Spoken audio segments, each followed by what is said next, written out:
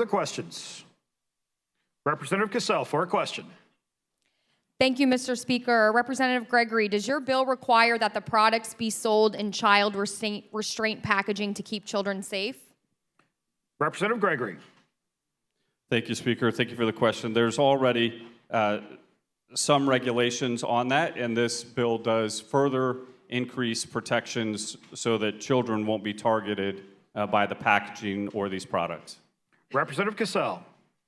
Thank you, Mr. Speaker. Representative Gregory, I appreciate the response, but my question was pretty specific. Does your bill require the products be sold in child restraint packaging to keep children safe?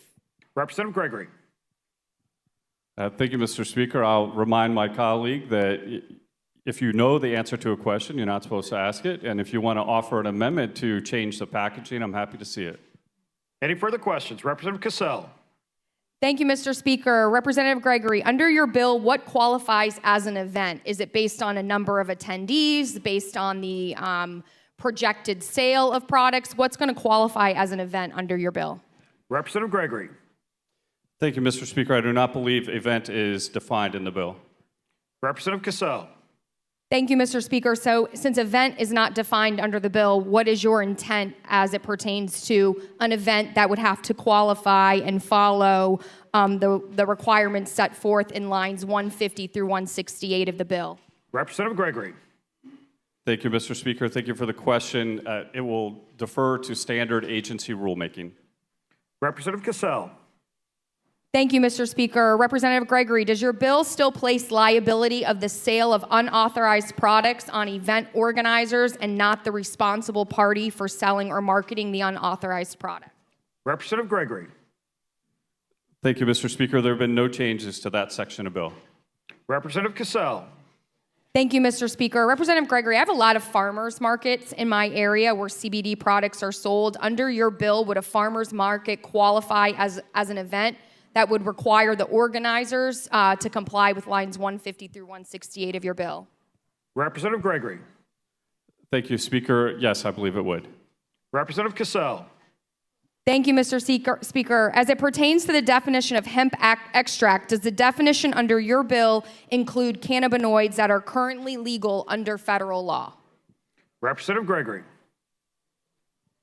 Thank you, Speaker. And yes, not surprisingly, the federal law is behind the times. Representative Cassell.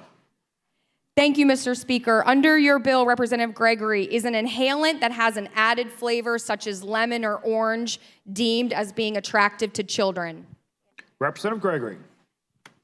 Thank you, Speaker. Thank you for the question. Yes, but there is an amendment to remove the flavoring language. Representative Bartleman. Thank you, Mr. Speaker. I have a question as it pertains to dosing, because the way you've changed the language in your bill, veterans, epilepsy patients, cancer patients, where are they going to be able to go to purchase what they need? Representative Gregory. Thank you, Speaker. I need more clarity on that. I'm not sure what you mean by what they need. Do you mean to get high? What exactly are you talking about? Representative Bartleman. Thank you, Mr. Speaker. I take offense that a cancer patient or someone with epilepsy or someone who served our country and is still suffering from PTSD would get high. For a question. Representative Bartleman, for a question. Thank you. I'm speaking to treating their conditions. You've seen them time and time again in committee. So my question to you is, where can they legally go buy this now? Representative Gregory. Thank you, Mr. Speaker. And again, I still need clarity on the question. What is it that you think that they need that is prohibited by this bill? Representative Bartleman. Thank you, Mr. Speaker. The quantity, because isn't it true that they can get the same product from already approved medical marijuana? Clerk will pause the clock. Members, please join me in welcoming back to the Florida House former member Scott Plaken and former member Bob Cortez. Welcome back to the House. Representative Gregory. Thank you, Speaker. This bill, neither the bill nor the amendment limits the amount of CBD oil or the included Delta-9 THC. There are caps on an individual serving size and per container, but it's absolutely unlimited, unfortunately, in my opinion, how much they could buy. Representative Bartleman. Thank you, Mr. Speaker. As discussed in committee, with your caps, instead of taking 1 dose, they would have to take possibly 100 doses to get the prescription amount they need. So where else could they go? Is it true? Is it or is it not true that they will go to the medical marijuana industry? Representative Gregory. Thank you, Mr. Speaker. And I couldn't disagree more with the premise of your question. It's not possible to take 100 doses of 5 milligrams of THC and still be conscious after just more than a few of them. Representative Bartleman. Thank you, Mr. Speaker. So the epilepsy patient that spoke in committee who said how the caps were going to impact her and her dosage, you're saying that that's not true? Representative Gregory. Thank you, Speaker. I'm saying they're apples and oranges. The milligrams that she's talking about and some sort of full CBD oil spectrum product are different from the milligrams that are limited by this bill solely of the Delta-9 THC. Representative Cassell. Thank you, Mr. Speaker. The prohibitions that are discussed in your bill, will they also apply to entities licensed under 381.986? Representative Gregory. Thank you, Speaker. I like that you referenced the statute instead of saying medical marijuana, so you'd be outside the scope of the bill. No, medical marijuana is not covered by this bill.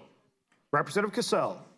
So thank you, Mr. Speaker. Will your bill prohibit these products from being sold in medical marijuana adult use dispensaries? Representative Gregory.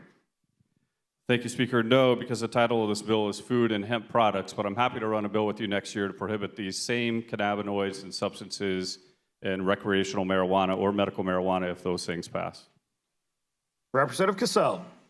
Thank you, Mr. Speaker. So just so we're clear, these products are under your bill with these regulations won't be able to be sold in the mom and pop stores, the 10,000 businesses that are currently in the state of Florida, but they will be able to be sold in the adult use dispensaries, medical marijuana. Representative Gregory.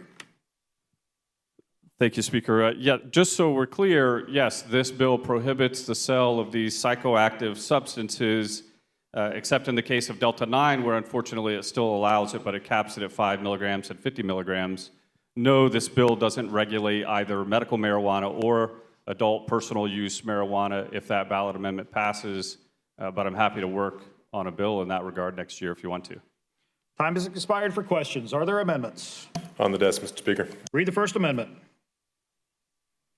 Representative Nixon offered the following amendment with title amendment, barcode 836309.